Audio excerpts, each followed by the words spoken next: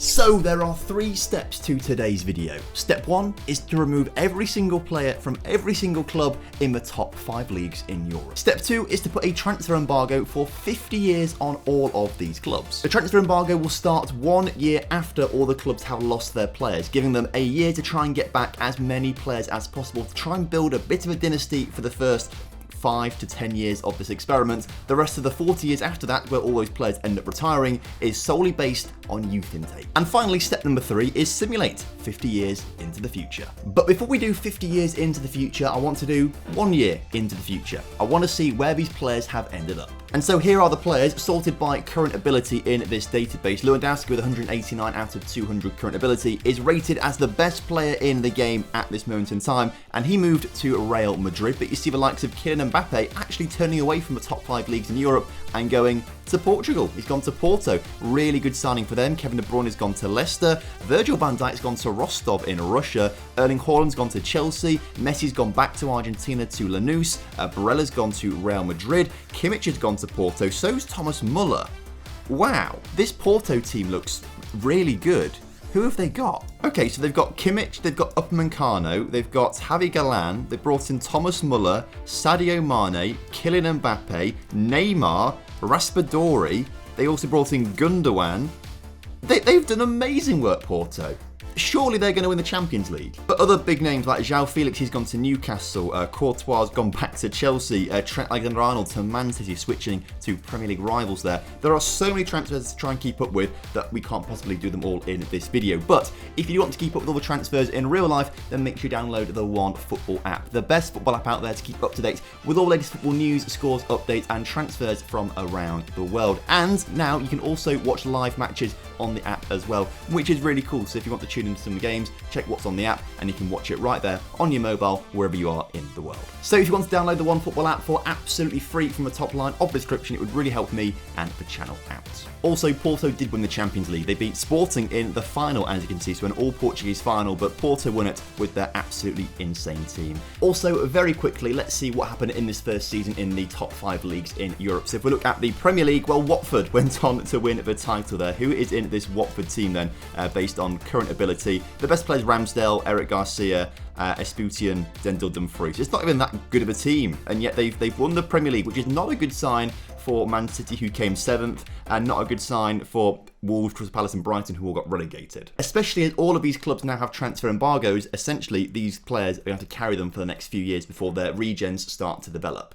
If we look into La Liga then, you can see that Real Madrid ended up winning the title, unsurprisingly, with Lewandowski starting up top. They'll do quite well, obviously. Atletico Madrid down to 7th, though. That's probably not a season to remember for them. Serie A, Lazio ended up winning that one. They've obviously got a pretty decent team, but Salernitana have done very well getting Champions League football. They're probably favourites of relegation in real life in this upcoming season, I would imagine. But they've managed to get top 4, which is very impressive, with Inter Milan and AC Milan finishing way down the pecking order. Napoli being relegated, they will not be happy. Bundesliga then, who won the Bundesliga? Dortmund won it from Bayern Munich, so that's some happiness for German fans there if Bayern Munich aren't winning the title every single season from here on out. But Bayer Leverkusen only just avoiding relegation, and Bochum finishing with 0 points across the season. Did they just not sign? They signed a few players, but not enough. What a shame. And finally, looking at in Ligue Monaco won the title, and PSG dropping all the way down to 13th. Surely they'll be able to attract some decent players. Phil Foden, De Ligt, Nuno Mendes, Bellingham. That's it. That's literally it. Fairs. They've also got Ian Goodison as their manager. I didn't touch any of the staff, but this guy's come in. How has he got the job? He's literally come from the assistant manager at Olympic Gardens, a team based in Jamaica. To be the... This is so confusing. Well, we'll find out where PSG and all the other clubs end up in 50 years' time. Let's go there now. So 50 years into the future, the transfer embargo has been in place for all of this time. Let's see where some of these clubs have ended up. If we look at the Premier League, it looks very different. Bournemouth are the current champions, and actually the only original Premier League team still in here are Chelsea, who came 2nd. But I think there might be a bit of an issue with Chelsea. I only realised about 35 years into the 50 years of simulation that Chelsea wouldn't actually have a transfer embargo. This is because in real life they had an embargo in place when Abramovich was still in charge of the club, and that was reflected in Football Manager.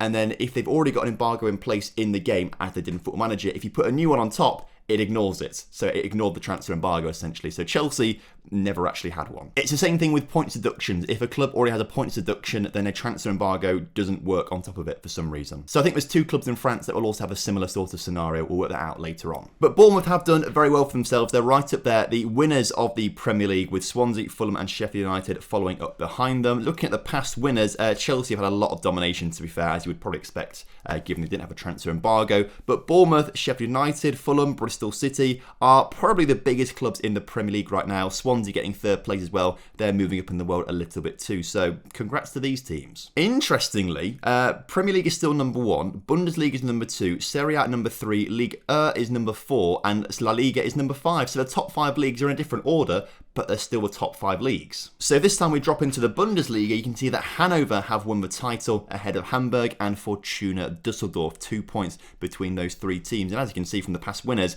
it looks like they are the usual suspects at the moment in the Bundesliga. And again, looking down this, I don't think any of the original Bundesliga teams are still there, which is really surprising, actually. Serie A. Now, it looks like Lecce are absolutely dominant in Serie A, but not just Serie A, in the world. If we go to Europe, for example, and we go to profile, major clubs, Lecce are literally the biggest club in Europe right now, apparently, which, as an extension, probably means one of the biggest clubs in the world, too. But they have dominated Serie A ahead of Pisa and Moderna recently. Parma back up there as well. But again, looking down here, there's no Juventus have just been relegated. So that's the first team who have had a transfer embargo in place that we've still seen in the top flight. That's pretty mental. If we look into Ligue 1, as you can see, Lille, I think they're one of the teams that didn't have a transfer embargo in place. If you click on them and have a quick look at the general info, yeah, there's no embargo in place there because they had a 1-point deduction alongside Lyon in Season 1. But Lyon aren't there, are they? So Lille have done well,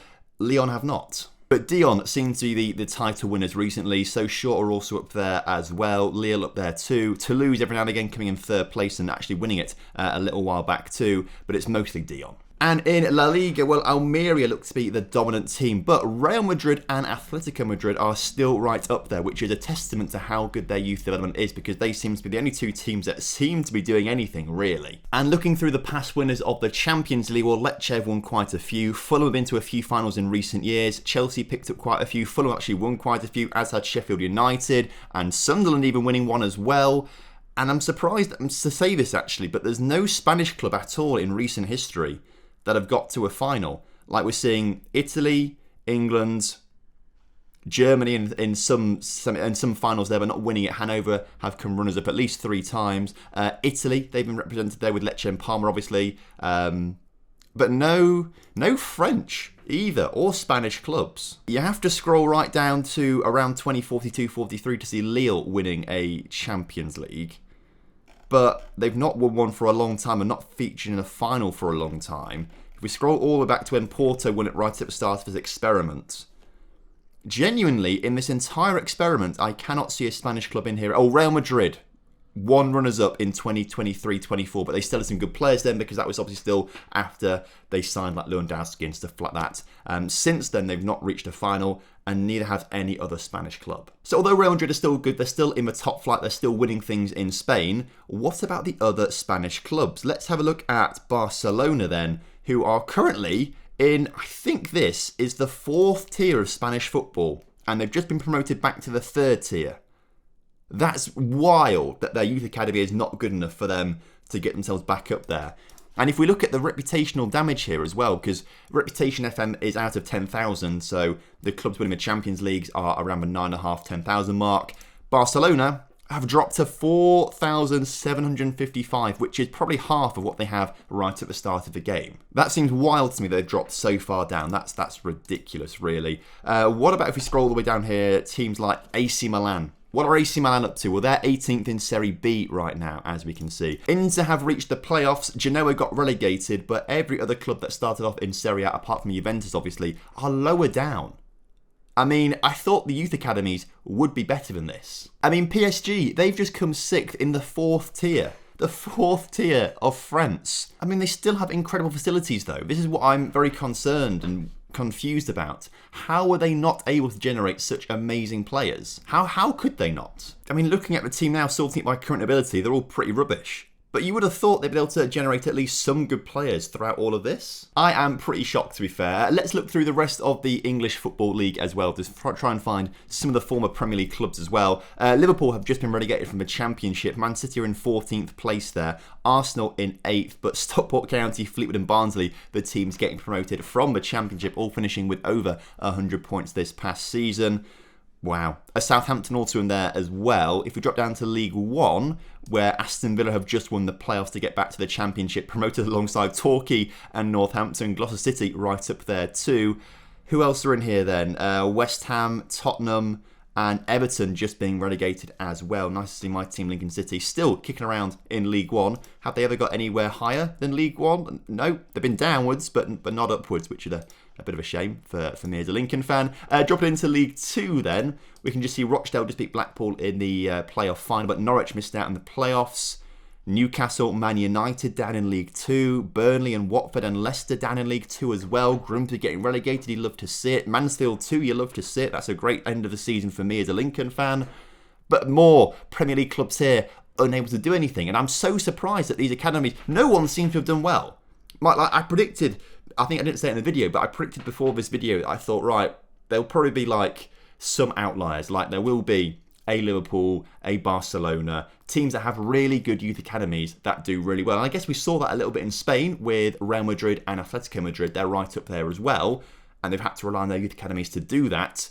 To be fair, Bilbao surprised me because they usually do very good, so we didn't see Bilbao in the top flight. We'll look at them in a second. But I mean, I'm just so surprised that all of these clubs have done nothing with their academies at all in the slightest. The National League, Brighton win the title ahead of Leeds, but Chesterfield get promoted via the playoffs. We can see Palace are down there. We can see that Wolves are down there. Wow.